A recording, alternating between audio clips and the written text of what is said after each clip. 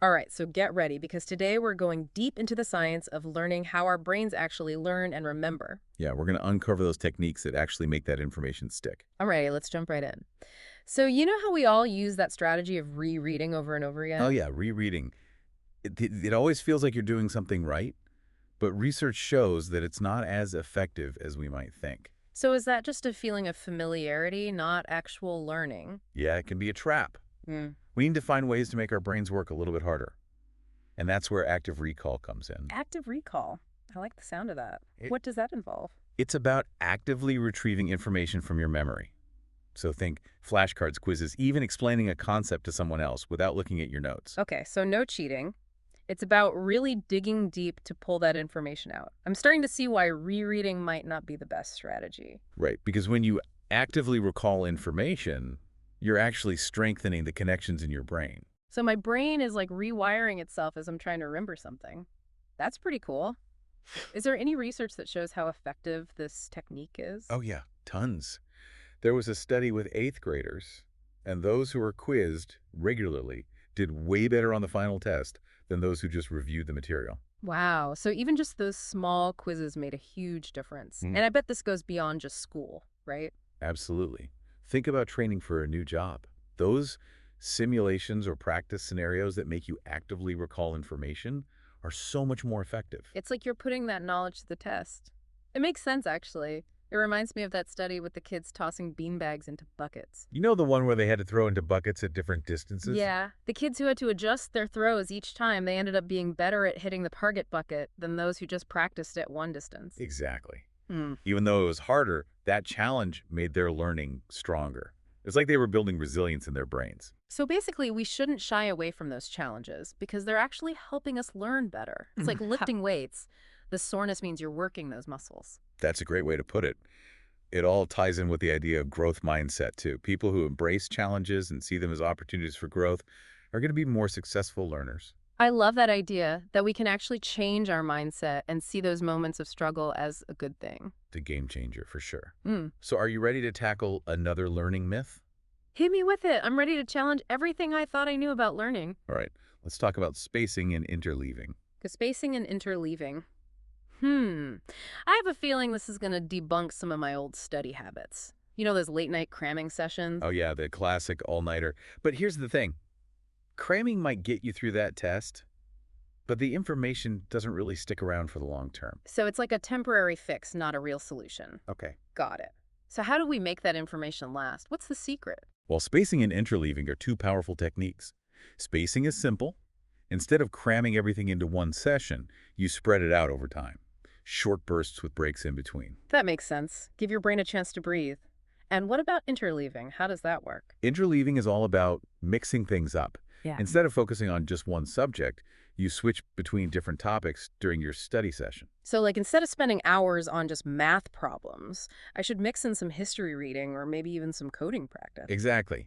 It might feel less efficient at first, but it forces your brain to work harder to retrieve that information, and that effort makes the learning stick. It's like cross-training for my brain. I like it. So I'm building those connections between different concepts and making my learning more flexible. Precisely. And to really see how this works, let's look at a real-world example. Vince Dooley, the legendary football coach, used a form of interleaving in his training. Oh, interesting. I didn't know that. So how did he apply it to football? Well, he knew that his players needed to practice in a way that would lead to long-term success, right? So he created a schedule that mixed different types of practice throughout the week. So they weren't just doing the same drills over and over again. They were mixing things up and keeping their brains engaged. Yeah. That's smart. It was a recipe for success. His players weren't just memorizing plays. They were developing a deep understanding of the game. And they could adapt to any situation on the field because of that. That's pretty powerful stuff. And it's not just limited to football. This principle applies to any type of learning or skill development. So whether I'm trying to learn a new language or master a new skill, mixing things up and embracing that challenge is key. Exactly. It's all about working smarter, not harder. Now, are you ready to tackle another big learning myth? Lay it on me. I'm all ears. This one's a biggie, the idea of learning styles. You mean like the idea that some people are visual learners while others are auditory learners? Yeah, that's the one. Uh, And I know it sounds appealing because it feels intuitive, but the research doesn't really back it up. Why really? So even though I feel like I learn best by seeing things that might not actually be the case. While we all have our preferences, the idea that we learn best through just one sense is a myth. We benefit from engaging multiple senses and using a variety of techniques. So those colorful diagrams and charts I love so much, they may not be the magic bullet I thought they were. They can be helpful, but real learning happens when we engage multiple parts of our brain. Think about it. When you're learning a new skill, you're using your sight, you're hearing your touch, all of your senses are working together. It's like experiencing a meal with all your senses instead of just looking at a picture of it. Perfect analogy.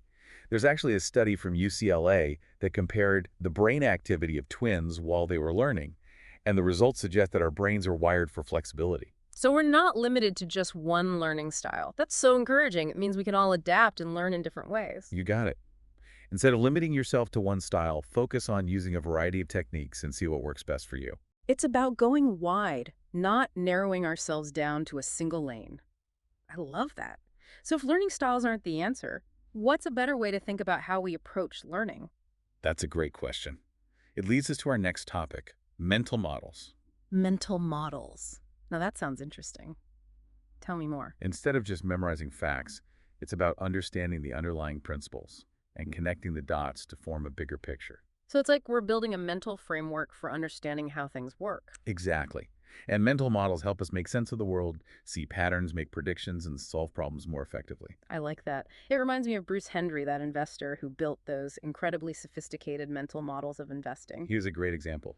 He was able to see opportunities that others missed because he had this deep understanding of how things worked. And he was constantly learning and refining his mental models throughout his life. Right. He wasn't just following trends, he was understanding the underlying principles that drive success. And that's something we can all do, no matter what field we're in. So how do we start building these powerful mental models? It starts with being curious and asking questions. Don't just passively consume information, actively seek it out. Read widely, talk to people with different perspectives, and keep those brains engaged. The more we expose ourselves to new ideas, the more robust our mental models become. So it's all about building that foundation of understanding. I love that. And speaking of understanding, let's talk about another learning technique, mnemonics. Ah, yes, mnemonics. Those memory techniques that can help us remember large amounts of information. I've always been intrigued by mnemonics, but they seem a little intimidating, like something only memory champions can use. That's a common misconception. Anyone can benefit from using mnemonics. They're like mental cheat codes. So instead of trying to remember a random string of numbers, I could create a vivid image or a story that connects those numbers. Exactly. And there's so many different types of mnemonics you can use, like the memory palace technique, where you visualize a familiar place and then place images representing the information you want to remember in different rooms. I actually used a memory palace to learn the U.S. presidents back in school. It worked like a charm. See, they can be really effective. And they can be used for anything from historical facts to foreign languages. It's like turning learning into a game. So it's not about finding the perfect pre-made mnemonic. It's about getting creative and finding what works for you. Exactly. The more personal and vivid the imagery, the better it will work. So we've covered a lot of ground today. Active recall spacing, interleaving, ditching the myth of learning styles, and now mnemonics. Is there anything else people should keep in mind as they try to improve their learning? There's one final and essential element we need to discuss. Reflection. Reflection. I have a feeling this is more than just thinking back on what we've learned. You're right. Reflection is about actively engaging with the material and making it stick. Okay, so how do we practice effective reflection? It could involve writing about it, discussing it with others, or even just taking some quiet time to think about what you've learned. So it's about asking yourself those key questions. What did I learn? How does this connect to what I already know? Exactly. And there's research that shows how powerful this can be. Think about those medical students who used retrieval practice. They would stop and ask themselves, what did I just read? What's the main point? They were actively reflecting on their learning in real time. Well, And that made a big difference in their understanding. right. It's not just about memorizing facts, it's about making meaning. Reflection also helps us understand our own learning process, which is known as metacognition. Metacognition. That sounds pretty meta. Break it down for me. It's about thinking about how you think, becoming aware of your own strengths and weaknesses as a learner. So being aware of those tendencies, like, do I avoid challenges? Do I think I know something just because it feels familiar? Exactly. Metacognition helps you become a more conscious and deliberate learner. You're taking ownership of your learning journey. This is all making so much sense. We're not just passive recipients of information. We have the power to shape our own learning. And the great thing is that all these techniques we've discussed are being applied successfully in the real world. Oh, I'd love to hear about some examples of these techniques in action. Do you have any favorites? Definitely. One that comes to mind is Mary Pat Wenderoth, a biology professor who completely transformed her teaching by incorporating active learning strategies. How did you do that? She noticed her students were struggling, so she decided to change her approach. She started using techniques like retrieval practice and elaboration in her lectures. She would stop and ask students to recall information from memory or explain concepts to each other. It's like she turned the traditional lecture format upside down. And it worked. Her students' performance improved dramatically, and they became more engaged learners. That's so inspiring. It shows that even small changes can make a big difference. Another great example is the training program at Farmers Insurance. They use a lot of interleaving in their training, constantly introducing new concepts and challenges to help their agents develop a deep understanding of the industry. So they're learning by doing, but in a strategic way. Exactly. And they even incorporate reflection by having their new agents envision their future success and work backward to develop the skills they need. It's all about connecting those skills to a larger purpose. And we can't forget about Jiffy Lube University. They've created a system that uses technology to personalize the learning experience for their employees. Jiffy Lube University. Wow. Wow, that sounds pretty cool. What do they do there? They have interactive modules, quizzes on the job practice, and it's all personalized to each employee's needs and goals. So everyone can learn at their own pace and track their progress. That's amazing. It's a great example of how technology can be used to make learning more accessible and effective. It's so inspiring to see these organizations embracing these evidence-based learning techniques. It really shows that anyone can become a better learner. That's the key takeaway here. You have the power to unlock your learning potential. It's not about innate talent. It's about understanding how your brain works and using the right strategies. It's about embracing the challenge and knowing that effort and persistence are the keys to success. Exactly. And remember, learning is not just about acquiring knowledge. It's about transforming ourselves. Becoming more curious, adaptable, and engaged with the world around us. Couldn't have said it better myself. Well, it's been a pleasure exploring this topic with you. And to our listeners, we encourage you to take what you've learned and put it into practice. Experiment, play, and never stop learning. Until next time. See you then. Okay, so we're back and ready to dive deeper into the science of learning. We're talking about how to make information stick for the long haul. Exactly. So last time we debunked the myth of learning styles. Remember that one? Yeah, the idea that we're all either visual, auditory, or kinesthetic learners. Turns out that's not really how our brains work. Our brains are much more flexible than that. So instead of trying to fit ourselves into these boxes, we should be focusing on strategies that engage multiple parts of our brains. Exactly. And one of the best ways to do that is to use a variety of techniques. Don't just stick to one method. Mix it up a little bit. Okay, so variety is the spice of learning. I like it. Okay. What are some techniques we can use? Well, we've already talked about active recall, which is all about retrieving information from memory. But there's another powerful strategy that often gets overlooked. And that is elaboration. Elaboration. Okay, I'm intrigued. Tell me more. It's basically about going beyond just understanding the basic facts and really digging deeper into the material. So not just memorizing, but really trying to understand the why and how. Exactly. When you elaborate on information, you're connecting it to other things you already know. You're asking questions, you're making inferences. It's like you're building a web of understanding instead of just a collection of isolated facts. That's a great way to put it. And the more connections you make, the stronger that web becomes, and the easier it is to recall that information later on. So it's like building a mental map with multiple pathways to get to the information you need. Exactly. And there are several ways to practice elaboration. One is to simply ask yourself, why? Why is this important? How does this work? What are the implications of this? So it's about engaging in that internal dialogue with yourself. Right. Another way to elaborate is to try to explain the concept to someone else. Oh, I like that one. Because when you have to teach something, you really have to understand it yourself. Exactly. It forces you to think about the material in a different way and to organize it in a way that makes sense to someone else. And if you can explain it to someone who doesn't know anything about the topic, then, you've really got it down. Right. You've mastered that concept. Yeah. Another way to practice elaboration is to use different types of representations. Representations. Like what? Well, let's say you're learning about a new scientific concept. You could read about it in a textbook, but you could also draw a diagram, create a flow chart, or even build a physical model. So you're taking that abstract information and making it more concrete and visual. Exactly. And the more ways you represent the information, the better you'll understand it. It's like you're creating multiple entry points to that information in your brain. Right. And those entry points make it easier to retrieve the information later on. So elaboration is all about going deeper, making connections, and using different ways to represent information. Exactly. And when you do that, you're creating a much richer understanding of the material, and it's more likely to stick with you for the long term. This is all starting to make so much sense. Now I'm starting to wonder if there are any other ways we can enhance our learning. Oh, there are so many more fascinating strategies we haven't even touched on yet. Well, let's keep going then. I'm ready to unlock the full potential of my brain. All right, then. Let's talk about something called generation. Generation.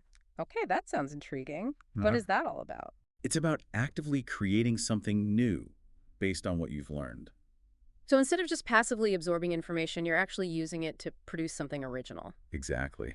It could be anything from writing a poem to composing a song to designing an experiment. So it's about taking that knowledge and applying it in a creative way. Right. And when you do that, you're not only reinforcing your understanding, but you're also developing new skills and insights. It's like taking that raw material and turning it into something beautiful and unique. Exactly. And the act of creation itself is incredibly stimulating for the brain. It strengthens those neural connections and helps you make those lasting memories. So generation is all about being active and creative with your learning. Right, and it's a fantastic way to boost your retention and make that information stick for the long haul. I love that idea. It makes learning so much more engaging and fun. And it helps you see the real-world applications of what you're learning. Exactly. It's not just about theory anymore. It's about putting that knowledge into practice and seeing what you can create with it. And that's where the real magic happens. So we've talked about active recall, elaboration, and generation. What else can we do to become more effective learners? Well, one final strategy I want to mention is organization. Organization. That sounds pretty basic. Isn't that something we learn in elementary school? Well, it might seem basic, but it's actually incredibly important for effective learning. When information is organized in a meaningful way, it's easier to understand and remember. Okay, so it's not just about stuffing information into our brains. It's about creating a system for storing it. Right. Think of your brain like a filing cabinet. If you just throw papers in randomly, it's going to be impossible to find anything. But if you create folders and labels, then everything has its place and it's easy to retrieve. That makes perfect sense. And I bet there are different ways to organize information depending on what you're learning. Absolutely. Right. One way is to use hierarchies or outlines to break down complex information into smaller chunks. So it's like creating a roadmap for your learning. Exactly.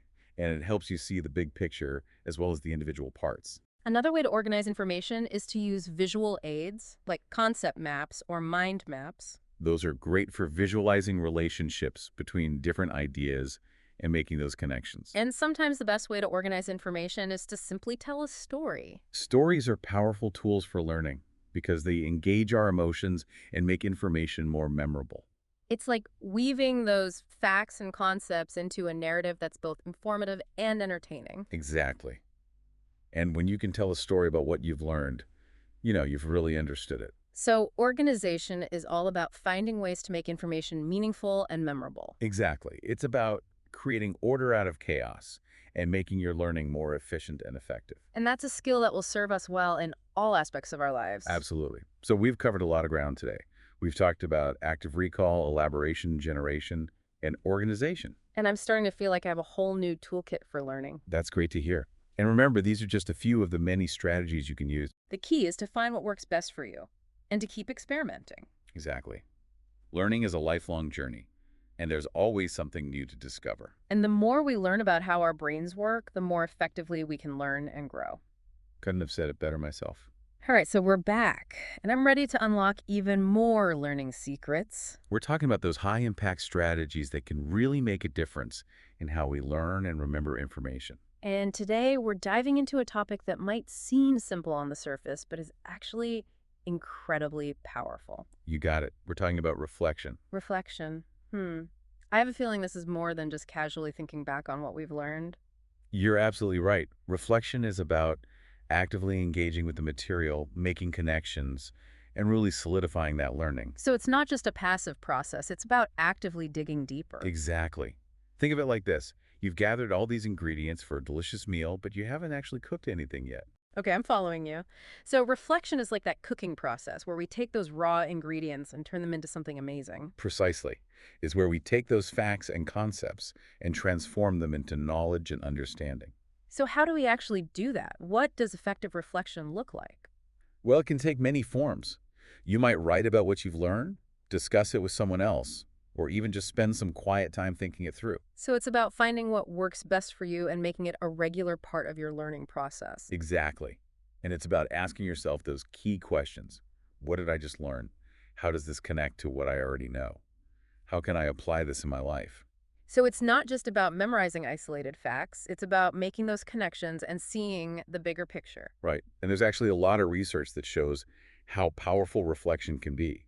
Think back to those medical students we talked about earlier who were using retrieval practice. Oh, yeah. They would stop periodically while studying and test themselves on what they had just read. Exactly.